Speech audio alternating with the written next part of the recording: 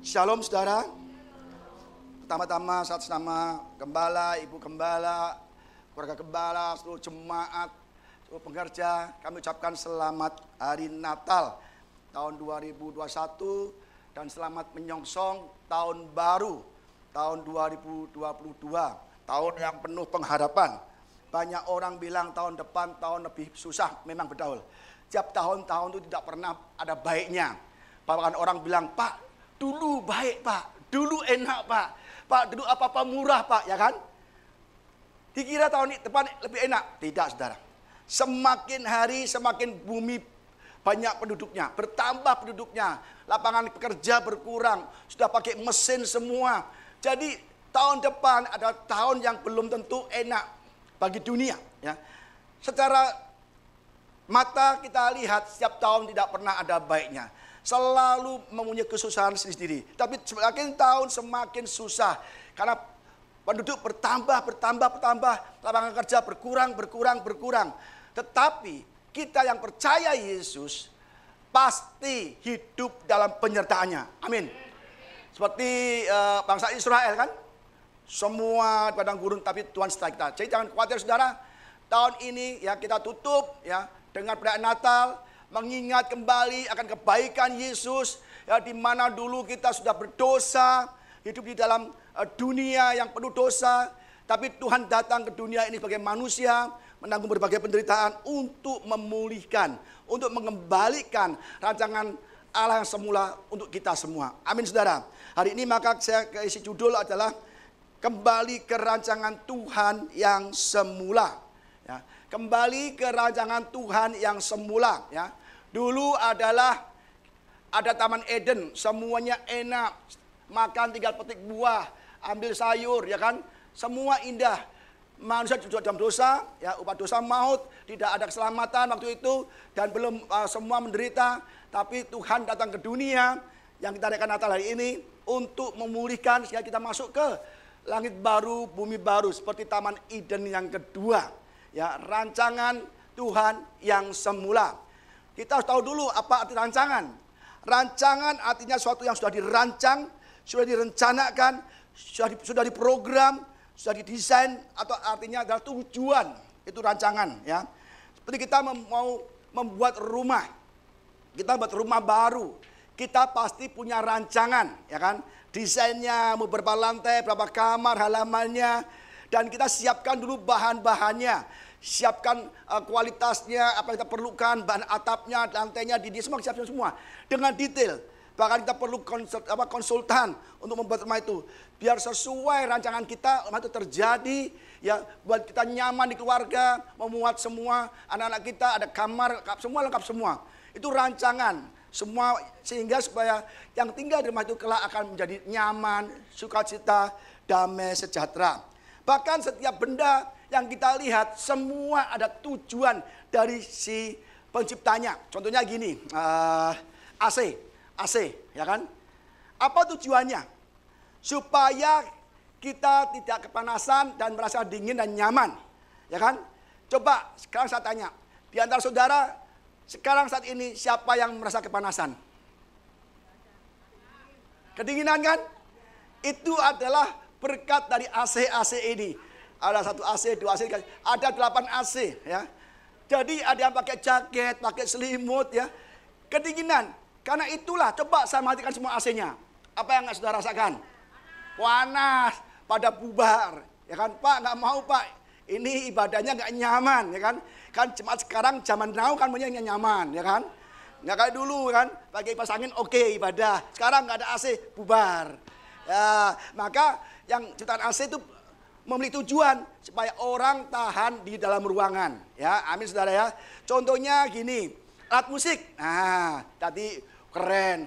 Saya nyanyi sampai, aduh kayaknya tuh Tuhan menjamah saya dan merasakan ada Tuhan turun. Musiknya, musik puji Tuhan. Wah gila tuh. Udah kayak nggak mau duduk lagi tuh, saudara. Ya, semua luar biasa sekali. Dan WL nyanyinya enak karena ada musik juga. Ya kan? Jadi musik ada tujuannya apa? Untuk membuat penyanyi itu lebih enak lagi, ya kan? Jadi suara yang nggak enak, palas, ada musik jadi enak, ya kan? Tetapi ada musik, suara masih palas, ya itu bukan salah musiknya, udah pales kasih musik masih pales. Ya udahlah, itu musiknya pokoknya nggak berfungsi. Tapi kitanya salah, ya kan? Kursi sekarang, siapa di sini yang mau berdiri sama 3 jam?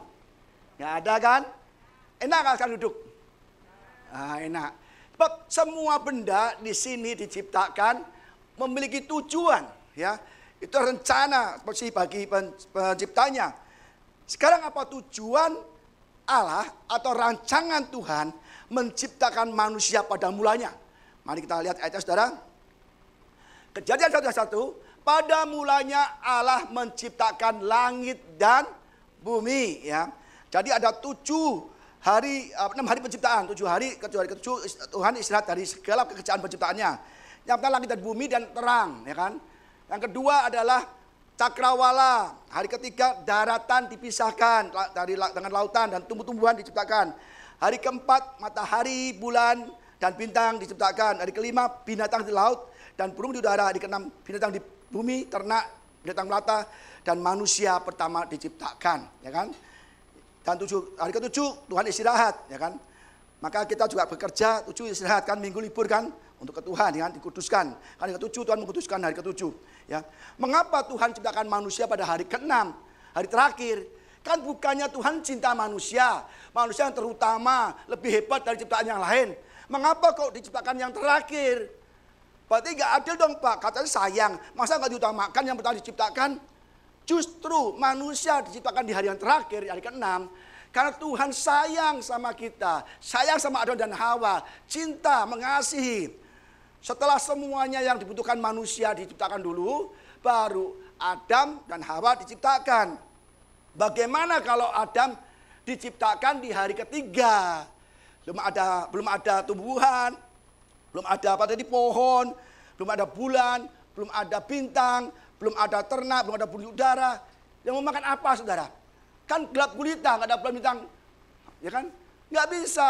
Adam diciptakan hari terakhir. Segala sesuatu yang diperlukan manusia udah tercipta, disediakan, baru manusia diciptakan. Waduh, manusia itu dimanja, enak sekali.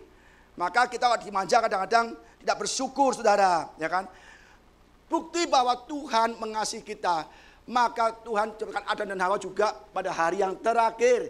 Semua sudah disediakan, baru diciptakan manusia. Contoh gini, seorang perempuan, ya, rumah tangga muda, dia mengandung, kan? Di bulan kedua mengandung, dia udah berpikir, ya kan? Waduh, apa yang dibutuhkan anak? Ke dokter, ya, diberi makanan, diberi resep, dan makanannya benar-benar detail yang bergizi sesuai anjuran dokter, ya kan? Kenapa? Supaya anak ini nanti dilengkapi semua. Baru mau melahirkan, udah disediakan ruangan khusus, kamar khusus, ya kan? AC, mungkin ada anti serangga, semua lengkap. Jadi ada ranjangnya, kamarnya, AC-nya, terus mainannya, pakaiannya, semua disediakan. Begitu untuk mau melahirkan, langsung udah ada sedia makanan, susu bayi yang sudah disediakan semua. Lengkap. Kenapa? Nggak mungkin baru lahir belum punya apa-apa. Biasanya kalau orang tua gitu, semua disediakan baru lahiran sudah enak, gitu saudara. Tandanya orang tua mengasihi anaknya. Ya kan, ada nggak kira-kira punya anak, biar aja udah, biar terserah deh. Nggak ada kan? Itu mungkin hubungan gelap tuh. Anaknya dibuang ke sampah, ya kan? Jadi nggak kita dikasih Tuhan juga seperti seorang ibu mengasihi anaknya, saudara. Jadi semuanya sudah disiapkan, apa lengkap, baru nanti itu, saudara. Dan apa tujuan Tuhan menciptakan manusia lebih tinggi dari ciptaan yang lain. Bahkan ciptaan yang lain itu diciptakan untuk manusia. Ciptaan yang lain, matahari, tumbuh-tumbuhan, semua diciptakan untuk manusia. Mengapa? Mari kita buka ya, saudara. Ini rancangan semula dulu ya. Rancangan semula dulu. Kita harus tahu apa sih rancangan semula. Kejadian 1:26-1. Berfirmanlah Allah, baiklah kita menjadikan manusia menurut gambar dan rupa kita, supaya mereka berkuasa atas ikan-ikan di laut dan burung-burung di udara dan atas ternak dan atas seluruh bumi dan atas segala binatang melata yang merayap di bumi. Maka Allah menciptakan manusia itu menurut gambarnya, dan menurut gambarnya Allah Gambar Allah diciptakannya dia, laki-laki dan perempuan diciptakannya mereka. Ya, jadi kita lihat saudara ya, ketika Allah menciptakan segala sesuatu, Allah berfirman, ya, jadilah terang, jadilah ini, jadilah itu, semua jadi saudara. Jadilah cakrawala, jadi, ya kan, petang, jadi. Tetapi ketika Allah menciptakan manusia, dia seolah berunding, baiklah kita. Siapa kita? Itu jamak, Allah jamak. Di sini kita bisa melihat, walaupun tidak ada kata Tritunggal, ini menggambarkan Allah kita Tritunggal. Allah Bapa, Anak, dan Roh Kudus. Seolah berunding, ya kan? Baiklah kita jadikan, ya. Tidak mengatakan, jadi manusia, jadi. Enggak, saudara. Dia berunding dulu, ya kan? Terus di Kejadian 2 dikatakan bahwa dia dibuat segambar, serupa dengan Allah. Kita adalah serupa, segambar dengan Tuhan. Menurut firman Tuhan ya. Jadi kita harus benar-benar percaya bahwa kita dikatakan segambar, serupa. Ada 3 kali segambar, ya kan?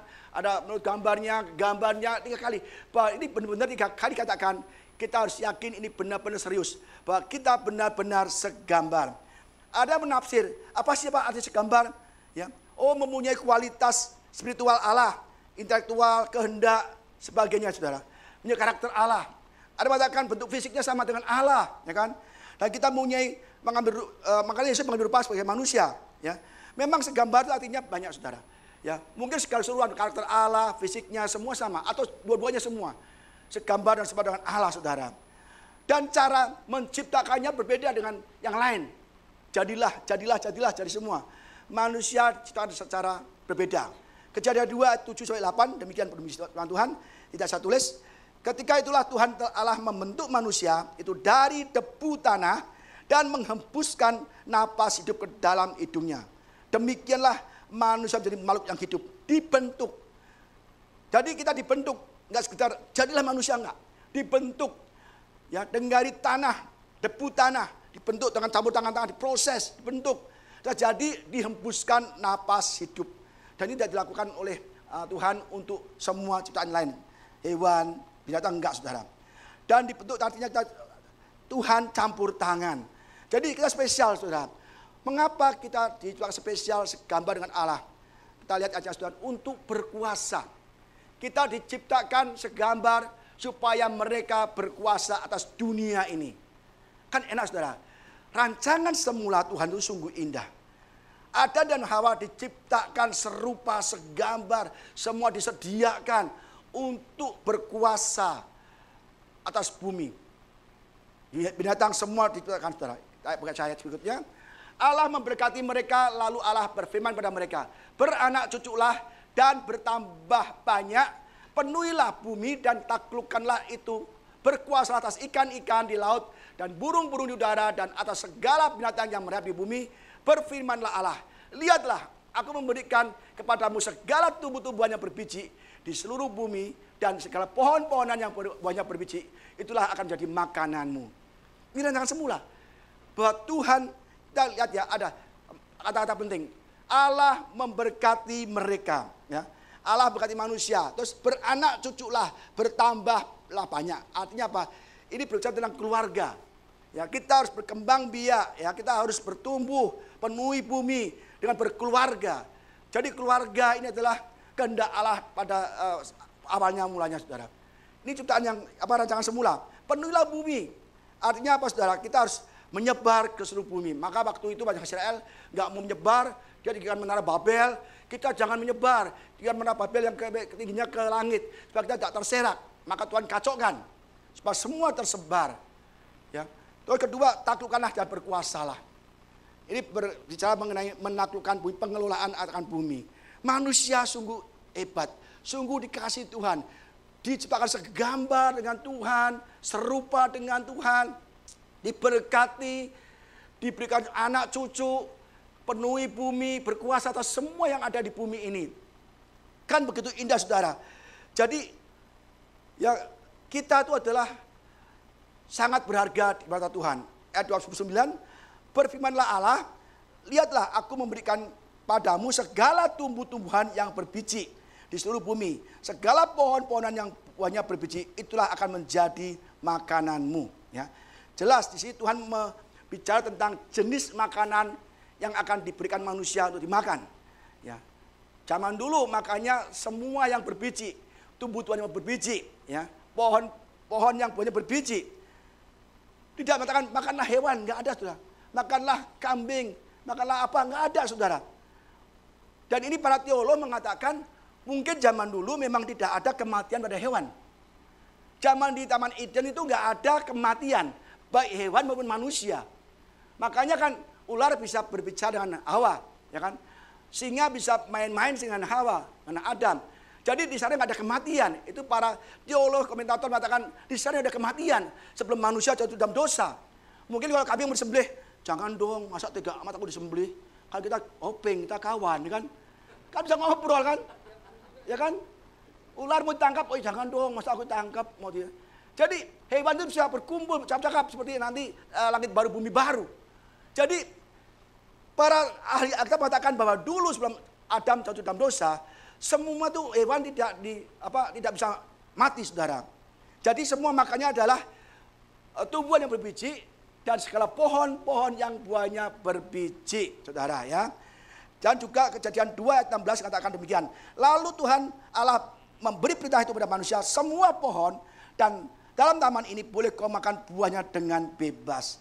Jadi pohon, nggak pernah ngomong makan hewan, ya. Jadi saudara, tidak ada sate kambing di sana, saudara. Tidak ada babi hong, rendang sapi, ayam goreng, ayam bakar, ayam pop, nggak ada, saudara. Karena makanya semua pohon tumbuhnya biji-biji, tidak ada daging sop kambing itu nggak ada, saudara. Ya, ayam goreng itu nggak ada. Ngomong soal ayam, saudara. Ngomong soal ayam nih, ingat nih. Ingat, suatu hari ada anak ayam lagi nih, mak, kok kita ayam namanya sama semua ayam ya? Nggak seperti manusia loh. Masih kecil dikasih nama bagus-bagus. Alyong, Acong, Akyong, Acen. Sebagainya, banyak sekali nama-nama indah-indah, ya kan? Anaknya bilang, nak, itu induk ayam ngomong sama anaknya. Nak, manusia memang hidupnya banyak nama. Ya, indah-indah. Tapi kalau mati, namanya satu, mayat. Oh, kok ya gitu? Lain kita. Kita kalau mati, namanya banyak. Ya, ayam goreng, ayam bakar, ayam pop, ayam penyet, ayam Kentucky, ya, gulai ayam. Banyak sekali, ayam kremes. Ya kan? Jadi, tidak sama. Ayam waktu mati berguna, dicari orang, disenangi orang rela antri bayar. Tapi kita kalau mati, coba, mau nggak suami saudara mati, tetap di kamar saudara, mayatnya? Nggak mau. Mau nggak mayat suami kita ditaruh di ruang tamu, ruang keluarga, atau garasi sekalipun? Nggak ada yang mau. Udah mati, disingkirkan aja, dikubur jauh-jauh, ya kan? Dikubur jauh-jauh. Lain mah ayam, udah mati cari orang, namanya keren-keren, dipasang di pelang di jalan-jalan, ayam goreng Suharti, ya kan? Ayam KFC, ayam McDonald, ayam Bokberek, ya kan? Ayam muruk. Wah, orang antri pada kesana semua, ayam kremes, ya kan? Tapi nama kita hanya dilempar jauh di batu nisan. Nggak ada yang nyamperin, nggak ada yang lewat pun, ngeri ah. Lihat nama kita, orang menyingkir, lain mah ayam. Jadi saudara, intinya apa? Kalau kita masih hidup, ya, kita harus berguna bagi sesama, bagi keluarga, dan bagi Tuhan yang terpenting. Amin, saudara. Bahwa kalau mati, kita sudah nggak berguna lagi. Kita nggak bisa pelayanan, ya kan? Kalau sakit aja, ya kan?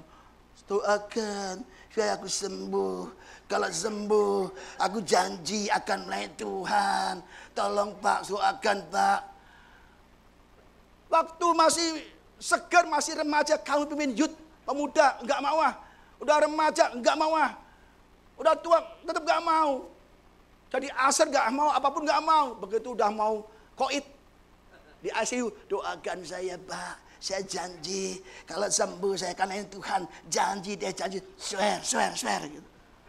Waduh, mengerikan. Ya, saudara ini biar ketawa ya. Ingat tuh, jangan-jangan saudara itu. Wah, ketawa lagi, yang ketawa kenceng bahaya. Tetapi pada segala binatang di bumi, dan segala burung di udara, dan segala yang merayap di bumi, yang bernyawa, aku berikan segala tumbuh-tumbuhan hijau menjadi makanannya. Dan jadilah demikian, jadilah demikian.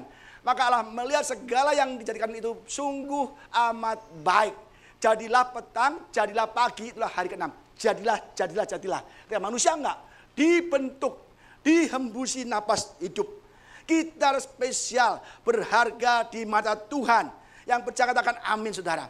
Berarti kita nyata-nyata bahwa kita sangat disukai Tuhan. Itulah rancangan semula untuk kita. Ya. Berikutnya, tetapi saudara ini ya saudara. Nah, berikutnya adalah manusia keluar dari rancangan Allah semula. Semuanya indah, semuanya baik, semuanya rancangannya bagus sekali. Tetapi semuanya berubah total ketika manusia jatuh dalam dosa. Semua yang indah, yang enak, yang mulia, berkuasa, makanya enak, tinggal petik apapun ada tersedia. Tetapi seketika itu juga semuanya berubah total karena ketidaktaatan Adam dan Hawa. Dan mereka diusir dari Taman Eden. Jadi itulah akibat dari ketidaktaatan manusia. Mari kita lihat ya, apa akibat dari ketidaktaatan manusia, ketidaktaatan Adam dan Hawa, atau boleh katakan kita lah, ya kan? Kita lihat dari Adam aja. Ya, ini mau foto dulu nih, Bu Ida ya. Jadi saudara bisa foto boleh, jangan catat. Itu catat itu orang kuno, ya. Dulu saya waktu lihat khotbah, saya catat. Kenapa? Saya kan nggak punya HP yang bagus. Nah, sekarang nggak banyak gadget. Foto aja biar saudara bisa belajar lagi. Nggak masalah. Kalau mau PowerPoint, saya kasih PowerPoint-nya ya saudara. Jadi setelah manusia jatuh dalam dosa, berubah total. Yang indah menjadi gersang. Ya. Ini akibatnya saudara.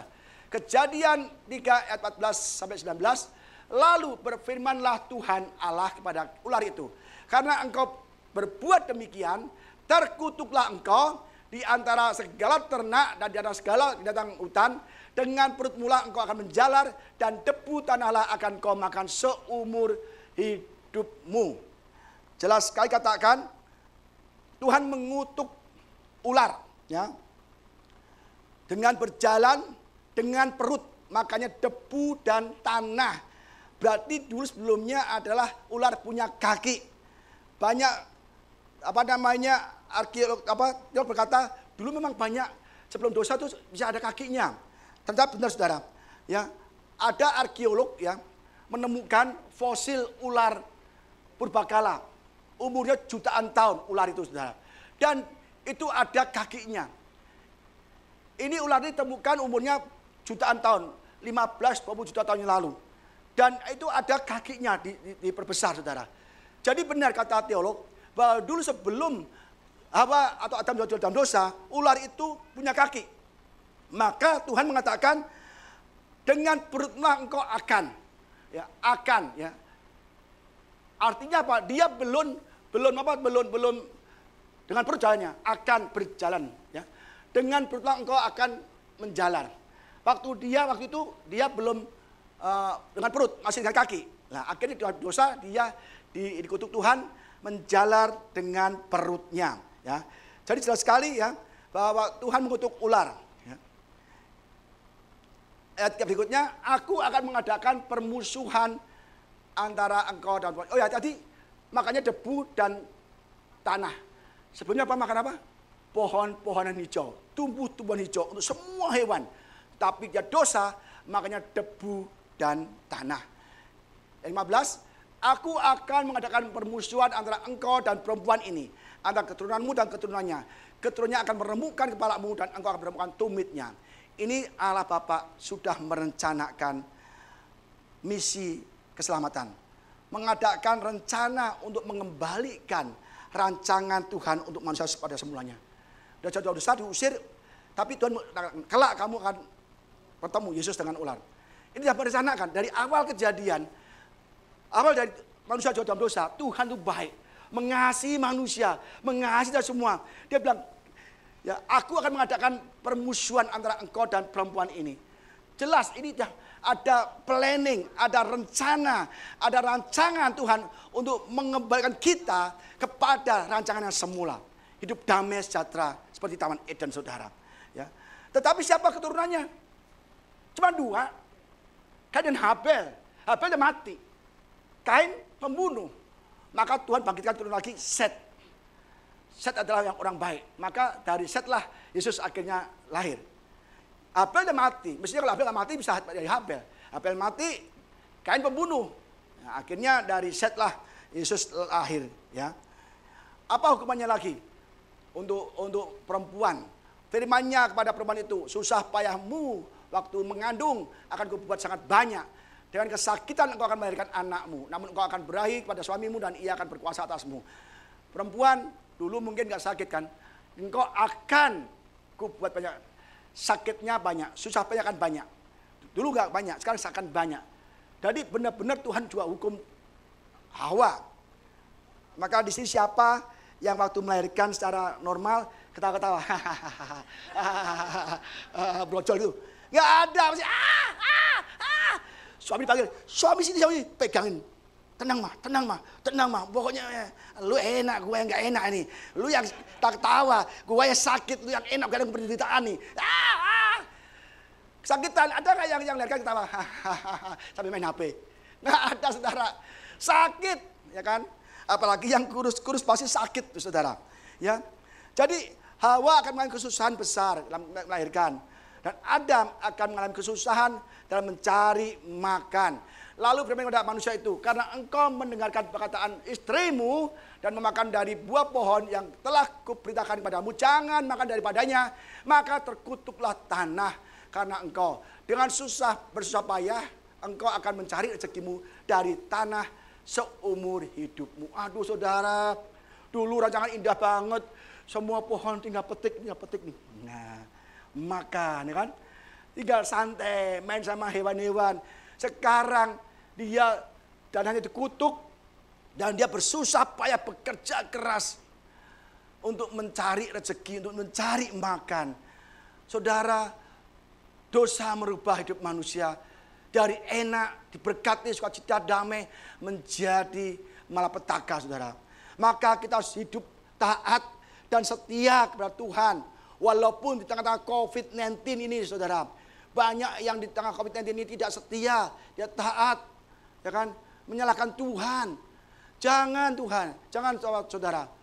Tuhan itu cuma menguji kita. Kita kehilangan pekerjaan, kehilangan usaha, kehilangan apapun, saudara.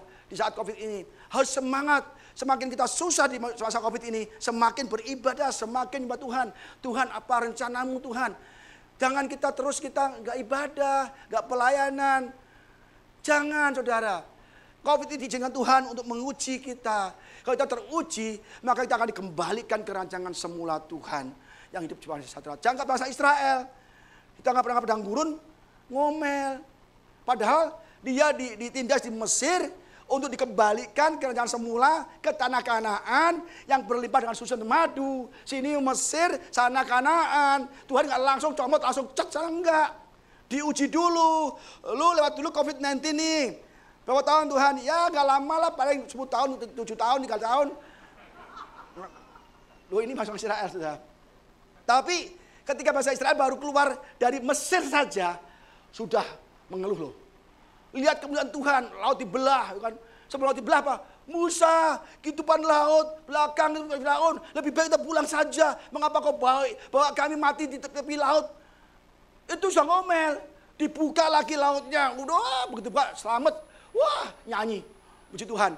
Baru 3 hari kehausan, langsung ngomel lagi. Mana nggak ada air, itu dimarah. Maka saya harus ke Israel tuh, biar tahu sejarahnya. Terus, waduh ngomel-ngomel lagi. Saudara, tiap hari ngomel. Tuhan baik lapar kasih makanan, ngomel lagi. Harus kasih air, ngomel lagi. Orang kalau dasarnya ngomel, itu ngomel terus. Lu kasih apa, baiknya sebentar. Lu kok ketawa kayaknya ada pengalaman nih. Baru keluar dari laut nih, muji Tuhan bentar. Baru mau jalan ke kehausan, marah lagi saudara. Itu karakter saudara. Orang kalau kata jelek, kita tolong ke apapun, berapa kali pun akan tetap jelek. Benar saudara. Jadi kita benar kayak jangan bangsa Israel. Akhirnya dia 10 suku yang lahir di Mesir, dia mati di padang gurun. Kenapa? Tidak lolos ujian. Ini nanti kalau di tanah Kanaan jadi biang kerok nih. Maka akhirnya dimatikan Tuhan dengan cara diputar-putarkan. 40 tahun sampai mereka semua mati, baru yang lain generasi baru masuk ke tanah Kanaan. Saudara, kita harus hidup dalam ketaatan dan kesetiaan Tuhan. Amin saudara. Juga demikian kalau kita bekerja, taatlah peraturan perusahaan. Jangan mencuri, jangan korupsi, jangan malas-malasan. Kita barusan punya karyawan, ya, untuk perusahaan kita, ya, baru masuk kerja. 7 hari pertama bekerja, terlambat 6 hari. Lu ketawa. Jadi seminggu ada 7 hari, ada 7 harian, 7 hari bekerja, itu tiap hari terlambat. Bayangkan, kalau sehari mungkin bisa maklumi ada kesiangan, atau ada sakit, atau ada halangan, mungkin lah. Tapi hari pertama bekerja, sudah terlambat sampai 6 kali, saudara. Yang 1 hari nggak terlambat, itu pun dia mungkin dia mimpi buruk, dia bangun tuh. Bangun pagi, maka dia nggak terlambat. Jadi saudara, akhirnya kita pecat. Kita pecat. Kenapa? Dia nggak layak. Kenapa? Sudah bekerja 7 hari, 6 hari terlambat. Jadi tidak ada ketaatan, tidak ada kesetiaan. Demikian pula dengan kita pada Tuhan. Kita juga harus setia dan taat pada Tuhan. Bekerja yang baik, rajin, jam 9 masuk, kita datang setengah 9. Jangan jam 9 masuk, datangnya jam 10. Waduh, kita pecat aja lah saudara itu. Benar saudara. Tuhan yang demikian, karena Tuhan serupa dan segambar dengan kita. Perasaannya sama. Dia bapak, kita juga bapak bagi anak kita. Ya kan? Jadi kita harus benar-benar taat dan setia. Maka kita akan diberkati Tuhan, ya kan? Apalagi Pak, kira-kira hukuman untuk manusia kan? Jadi banyak sekali ya. Semak duri dan rumput duri yang akan dihasilkan bagimu. Dulunya kan enak buah-buahan segar, ya kan? Pohon hijau, pohon yang mempunyai buah berbiji, tanaman enak. Sekarang apa? Semak dan duri dan rumput duri yang akan dihasilkan bagimu, dan tumbuh-tumbuhan padang akan menjadi makananmu. Tumbuhan di padang itu apa? Ya Kak, semak duri ini. Ya kan? Dengan berpeluh engkau akan mencari makananmu sampai engkau kembali lagi menjadi tanah. Karena disitulah engkau diambil sebab engkau debu dan engkau akan kembali menjadi debu. Bayangkan, sudah makannya nggak enak, selama hidup ada bekerja keras, hasilnya nggak maksimal. Semak dan duri itu artinya kita bekerja, hasilnya itu tidak sesuai dengan pekerjaan kita. Jerih payah siang malam, banting tulangnya pada mau habis, ya kan? Tetap aja nggak ada hasilnya. Bahkan akhirnya Adam harus mati secara fisik, saudara. Maka itulah, saudara, kita sebagai umat Tuhan, mari kita harus benar-benar mulai hari ini hidup dalam ketaatan, hidup dalam kesetiaan, hidup dalam penundukan diri pada Tuhan. Banyak orang Kristen sekarang seenaknya. Saya kadang-kadang kasihan. Aduh Tuhan, orang begini nanti bisa selamat gak kira-kira ya? Meragukan saudara. Karena surga itu benar-benar kudus dan tidak bercacat celah. Kalau kita hidup seenaknya, gak menghargai Tuhan, gak ibadah sungguh-sungguh. Saudara, kita udah susah hidupnya, masih kita cari gara-gara Tuhan. Aduh saudara, lebih baik mendingan susah di bumi, tapi Tuhan berdamai. Masuk surga minimal. Udah susah di bumi, Tuhan melawan lagi. Aduh saudara, jangan saudara. Natal ini ada perubahan. Kan Tuhan datang ke dunia untuk mengembalikan kita ke dalam rancangan Tuhan yang semula. Hidup damai sejahtera sukacita di bumi dan di surga nanti saudara. Amin saudara. Ya, saudara kayaknya pada takut nih kayaknya. Ya, benar saya nggak nakut-nakut ini. Jadi ini benar-benar terjadi ya kan. Dan dosa itu tidak hanya sampai kepada Adam saja, tapi menjalar ke seluruh dunia, keturunan-turunannya. Jadi kita bapak kita, kalau kita sebagai bapak, sebagai orang tua, hidup dalam dosa terus, nanti lihat anak saudara. Lihat anak saudara. Benar saudara, hati-hati ya. Lihat nih, Roma 5:12, sebab itu sama seperti dosa telah masuk ke dalam dunia oleh satu orang, Adam, dan oleh dosa itu juga maut. Demikianlah maut itu telah menjalar kepada semua orang. Karena semua orang telah berbuat dosa. Semua berbuat dosa. Maka Tuhan hadir datang ke dunia. Ya, yang kita akan Natal ini saudara. Mengerikan. Kita lihat nih Kain dan Habel. Wah ini. Nanti ada perannya saudara. Ya. Kita lihat keturunan pertama adalah Kain dan Habel. Kain mempersembahkan hasil pekerjaannya, ya hasil tanah, mungkin sayuran dan buah-buahan. Dan Habel mempersembahkan hasil pekerjaannya, ternak, anak sulung kambing domba. Tapi Habel, ya persembahannya diterima Tuhan. Kain tidak. Kenapa coba saudara? Apa Tuhan nggak suka sayur? Hah? Apa Tuhan sukanya hewan yang disembelih yang darahnya? Seperti kitab Taurat katakan harus yang berdarah. Apa salahnya di mana? Sama-sama hasil pekerjaannya. Nggak mungkin Kain kasih domba. Wong dia nggak punya domba kok. Dari mana? Masa mencuri dari Habel dulu, ketahuan loh. Ada 2 orang, lu kok itu domba siapa? Bukan domba, ya nggak mungkin dong. Yang punya aku doang, lu nggak ada, lu nggak punya domba. Di sini ada domba, aku nyebut domba, yang itu nggak ada lagi. Kalau Habel bahkan hasil bumi ketahuan juga mencuri kan.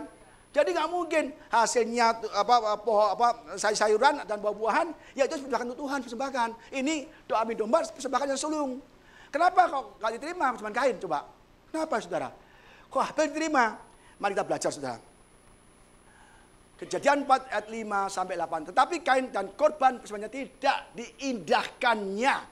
Lalu hati Kain menjadi sangat panas dan mukanya muram. Firman Tuhan kepada Kain, mengapa hatimu panas dan muka muram? Apakah mukamu tidak akan berseri jika engkau berbuat baik? Ya kan? Tetapi jika engkau tidak berbuat baik, dosa sudah mengintip di depan pintu. Ia sangat menggoda engkau, tapi engkau harus berkuasa atasnya. Kata Kain kepada Habel, marilah kita pergi ke ladang. Ketika mereka ada di padang, tiba-tiba Kain memukul Habel adiknya, lalu membunuh dia. Jelas akan bahwa Kain mukanya muram, Kain hatinya panas.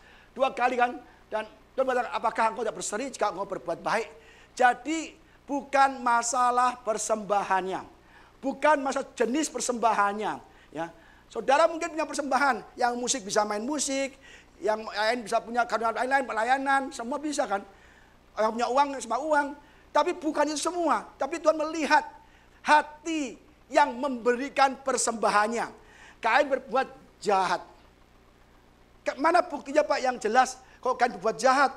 Kan tidak ditulis. Ada ya saudara, saya sediakan supaya saya nggak protes. Nah, Ibrani 11 ayat 4b. Karena iman Habel telah mempersembahkan kepada Allah korban yang lebih baik daripada korban Kain. Yang terbaik, ya. Habel anak sulung kambing domba, Kain adalah sayuran. Ya, tapi tidak baik, kan? 1 Yohanes 3:12 bukan seperti Kain yang berasal dari si jahat dan yang membunuh adiknya. Dan apakah sebabnya yang membunuhnya? Sebab segala perbuatannya jahat dan perbuatan adiknya benar. Jadi Kain dari awalnya sudah jahat.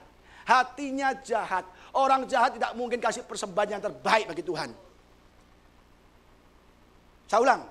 Orang yang jahat tidak mungkin bisa kasih persembahan yang terbaik bagi Tuhan.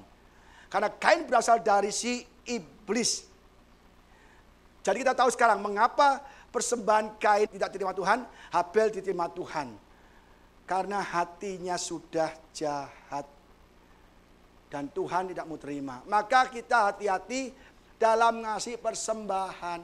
Ya, kita ngomong soal persembahan, saya tidak sungkan-sungkan. Dan kita harus benar-benar tahu. Kalau misalnya kita nggak bekerja, kita mungkin pensiun atau kita nggak punya uang, tidak kasih persembahan pun tidak apa-apa. Tuhan, inilah hatiku, gue berkata engkau. Karena aku tahu, engkau tahu, aku nggak punya uang untuk dipersembahkan di rumahmu. Fine, gak apa-apa. Aku tahu hatimu mengasihi aku. Walaupun kau gak punya apa-apa, tapi hatimu kau berikan untuk aku. Hidup untuk aku. Itu lebih hebat, lebih bagus.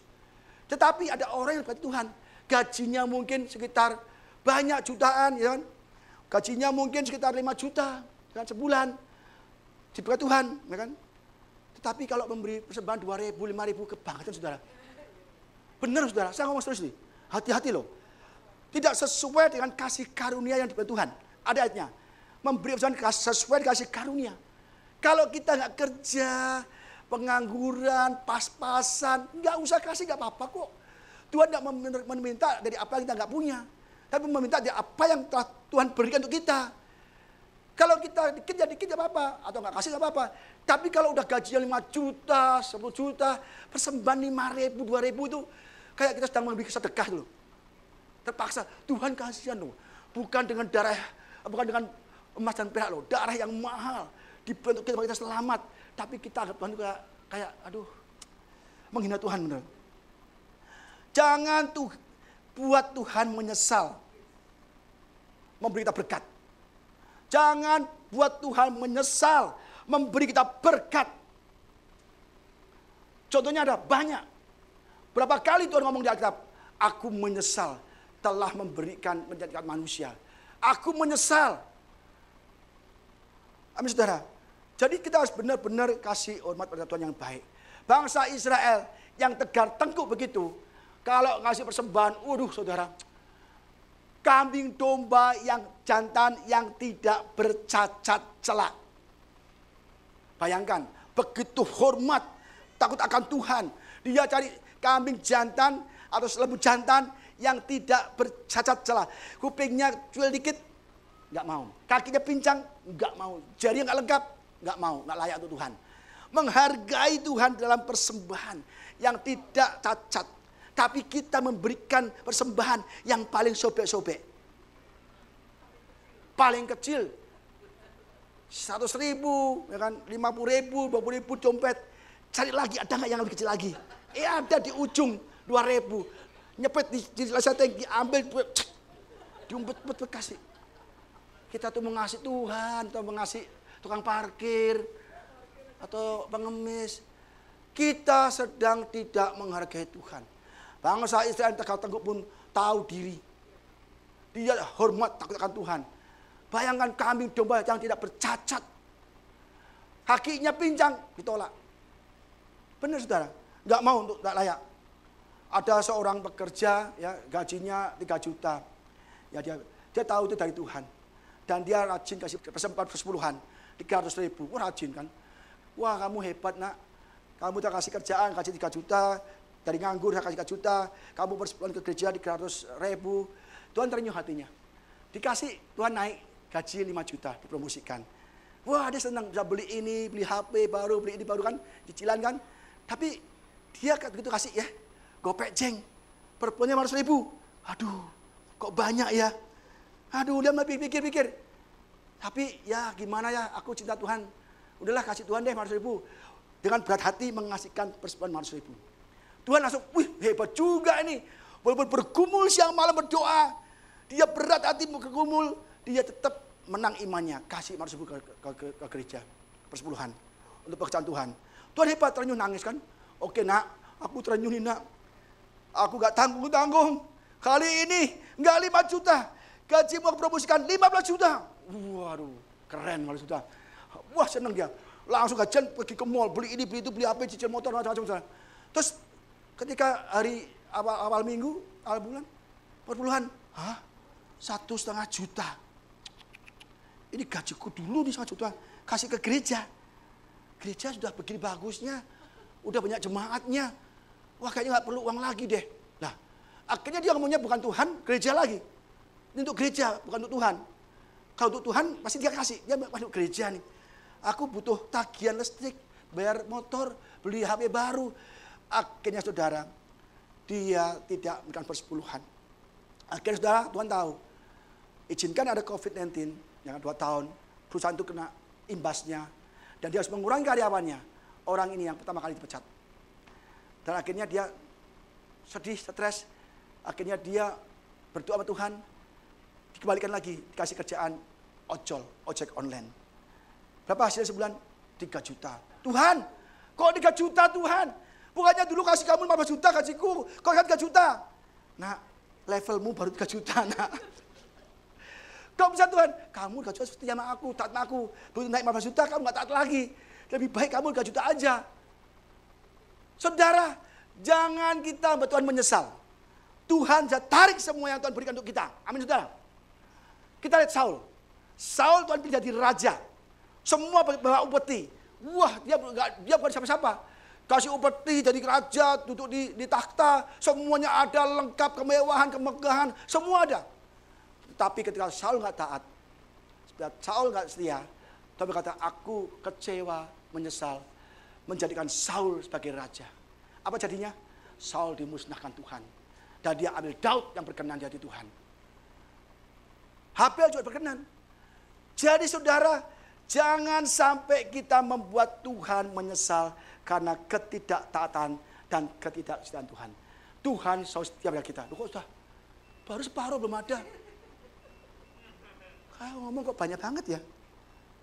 Tapi ini penting saudara, saya sampaikan. Jangan sampai kita buat Tuhan menyesal. Ya. Dosa sudah menjalar ke Kain dan Habil. Ya. Ke Nuh, ini baru sepertiga, nggak ada saudara. Ya.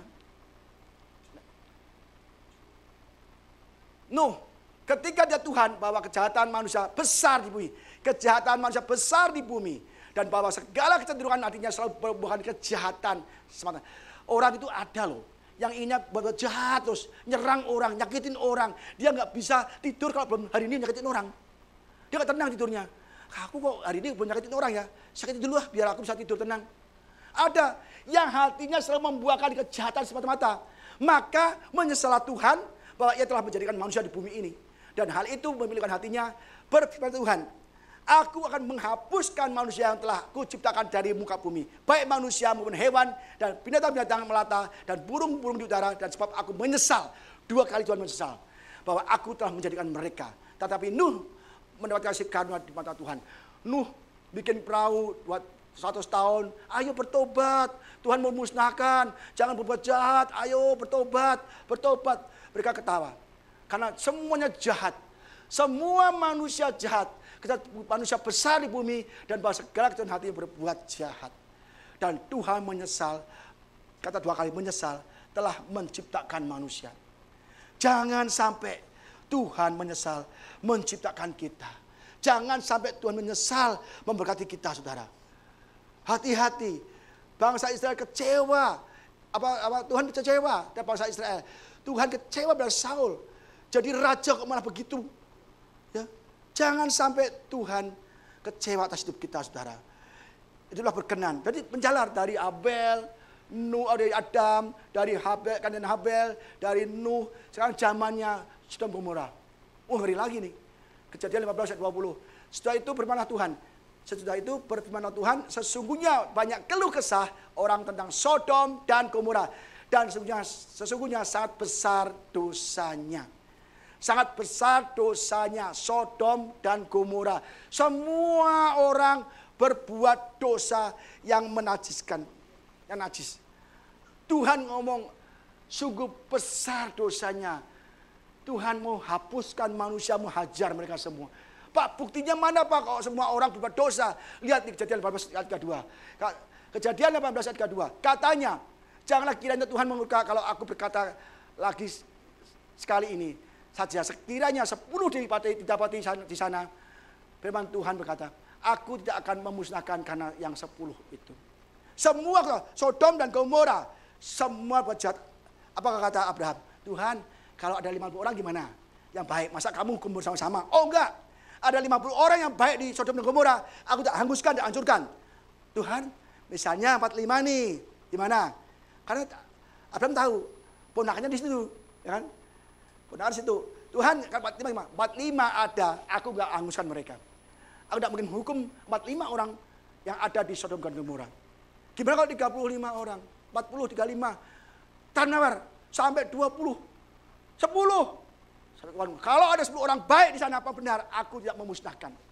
Artinya semua orang berbuat jahat.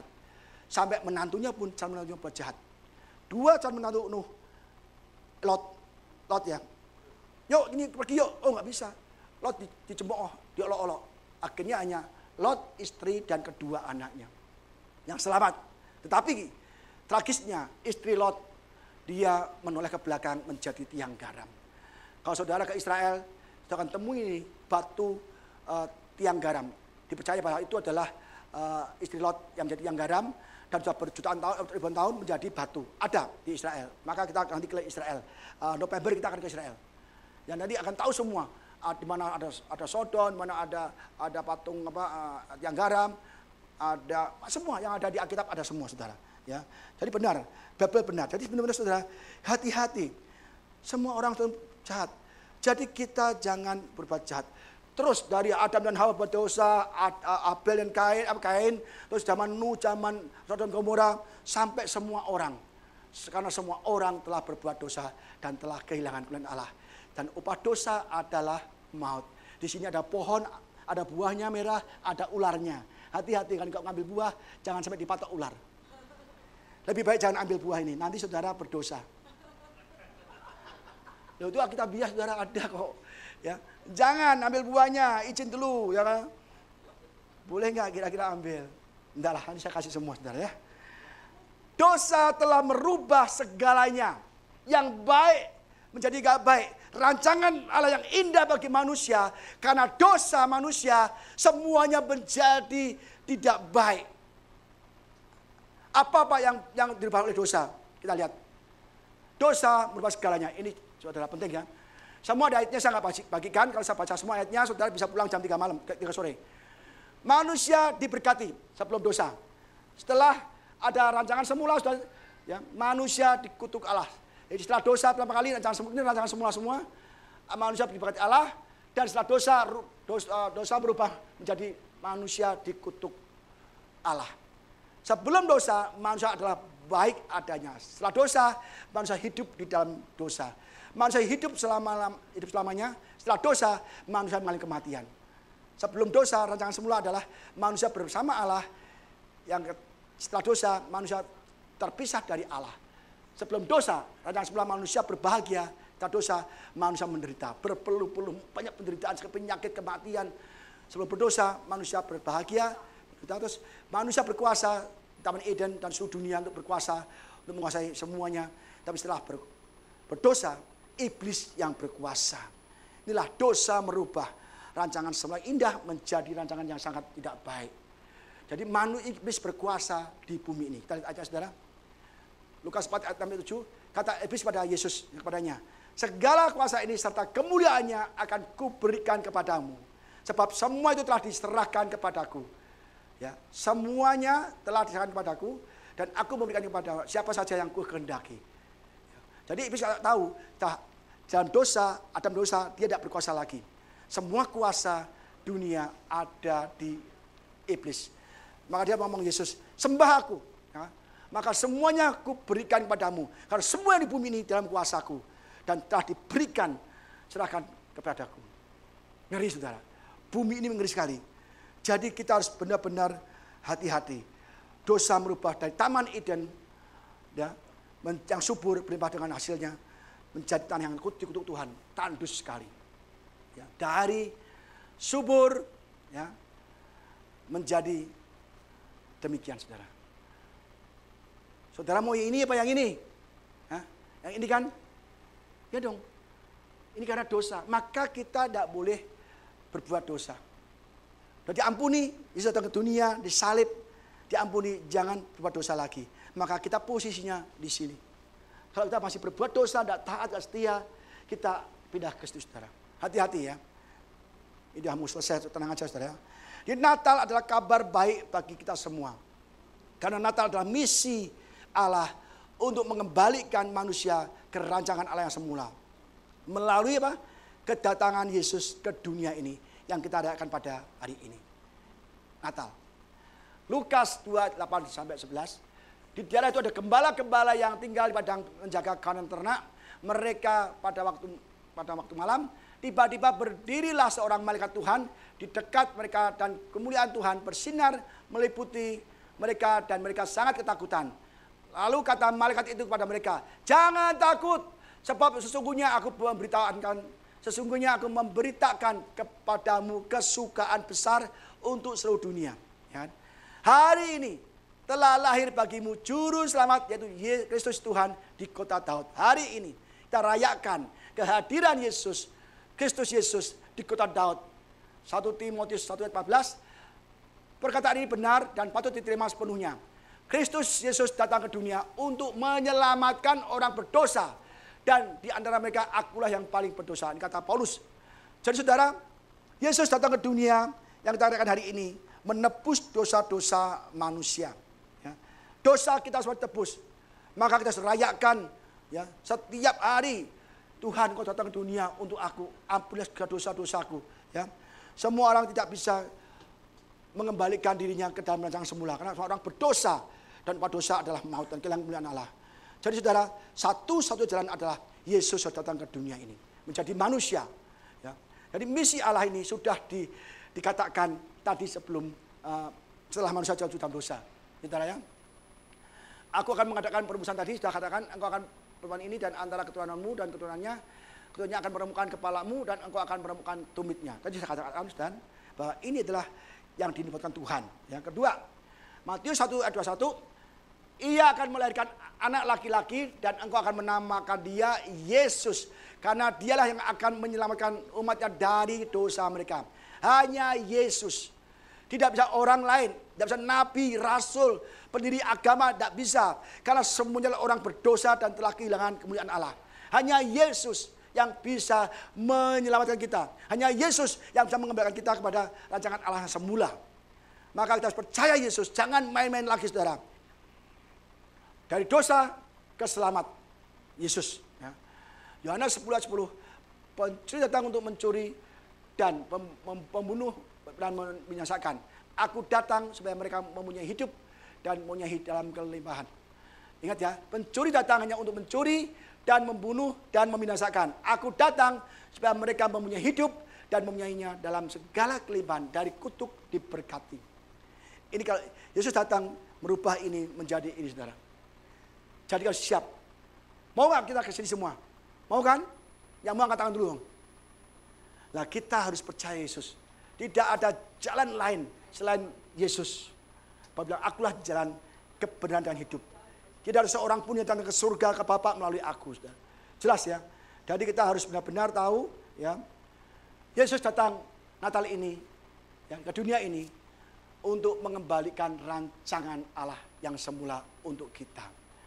Inilah tujuan Tuhan datang ke dunia yang kita rayakan pada hari ini, yaitu datang mengembalikan rancangan Allah yang semula.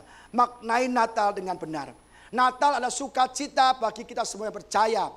Tetapi duka cita yang mendalam bagi Allah Bapa kita. Kenapa? Anaknya diserahkan. Begitu besar kasih akan dunia ini. Maka karuniakan anak tunggal. Diserahkan anaknya untuk mati bagi kita. Allah berkorban mengasihi kita. Kita adalah milik yang berharga. Maka anak yang tunggal diberikan untuk mati bagi kita. Allah sangat sedih.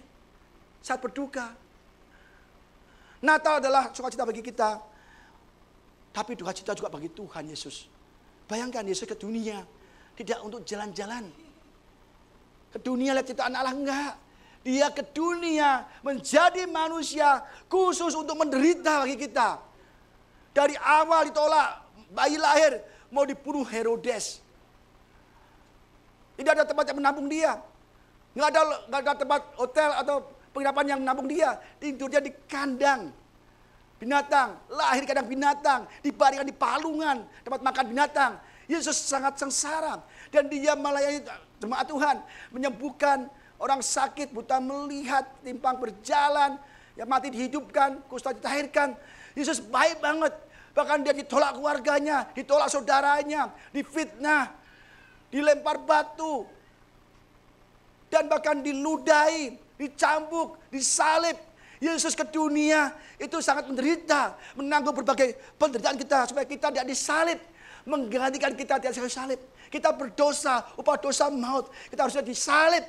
Tapi supaya kita tidak disalib, Yesus menggantikan kita, makanya datang ke dunia. Menderita, sangat menderita, dan dia dipaku di atas kayu salib, difitnah untuk kita saudara, supaya kita kembali ke rancangan semula. Sangat menyedihkan. Bapak kita mengasihi kita saudara. Kita lihat. Karena begitu besar kasih Allah akan dunia ini. Sehingga telah mengaruniakan anak yang tunggal. Supaya siapa yang percaya padanya tidak binasa masuk neraka. Melainkan pada hidup yang kekal di surga. Sebab upah dosa ialah maut. Tetapi karena Allah ialah hidup yang kekal dalam Kristus Yesus Tuhan kita. Karena upah dosa maut kita harus dibinasa di neraka. Harusnya kita di sini. Tapi Yesus mau menderita mati bagi kita. Dan kita supaya bisa di sini. Di langit baru, bumi baru atau taman Eden yang baru saudara. Baik sekali. Natal bukti kasih Yesus. Natal bukti kebaikan Yesus. Kita semua bisa kembali ke rancangan Allah yang semula. Masihkah kita tidak mau menghormati Tuhan? Masihkah kita tidak mau beribadah kepada Tuhan dengan sungguh-sungguh dengan benar? Jangan cari motivasi apapun dengan motivasi apapun. Jangan ke gereja tujuannya untuk menjual sesuatu. Kita belum berkenan dari Tuhan. Yesus telah mati bagi kita. Masihkah kita mau beribadah pada Tuhan dengan sungguh-sungguh? Masihkah kita mau melayani Tuhan dengan sungguh-sungguh hati? Masihkah kita tidak mau memberikan persembahan terbaik untuk Tuhan? Di mana Tuhan telah memberikan nyawanya untuk kita yang terbaik. Masa kita mau memberikan Tuhan seadanya? Hati kita juga kita berikan, tenaga enggak berikan, waktu enggak berikan, apalagi persembahan enggak diberikan. Mari saudara, Natal ini harus kita berubah, hormati Tuhan. Datang ke dunia untuk kita, saudara. Yesus datang ke dunia untuk kita, hormati Tuhan, hargai Tuhan. Ibadah dengan sungguh-sungguh benar. Mari kita renungkan arti Natal ini. Natal adalah bukti kasih Tuhan Yesus pada kita. Natal adalah misi untuk mengambilkan kita ke rancangan Allah yang semula. Dan Allah membuktikan bahwa kita berharga di mata Dia. Amin saudara. Mari kita bangkit berdiri saudara. Sedih saudara, kalau gitu sedih banget. Tuhan sangat baik. Dia datang ke dunia sebagai manusia, menderita untuk kita, mati untuk kita. Dia dicambuk, diseksa, dihina, diludahi. Waduh, semua itu harusnya kita nanggung saudara. Tetapi kita tidak, semua ditanggung Tuhan Yesus sebagai kita itu tidak mengalami semua penderitaan. Dan kita selamat. Udah ada mengalami penderitaan. Masuk surga lagi. Aduh enaknya kayak apa saudara. Yesus baik banget loh. Kita tuh gak menanggung penderitaan, gak membayar apa-apa. Bisa masuk surga. Yesus yang menanggung. Membayar dengan tubuh yang dihancurkan. Dengan darahnya dicurahkan. Kasihnya sangat-sangat besar.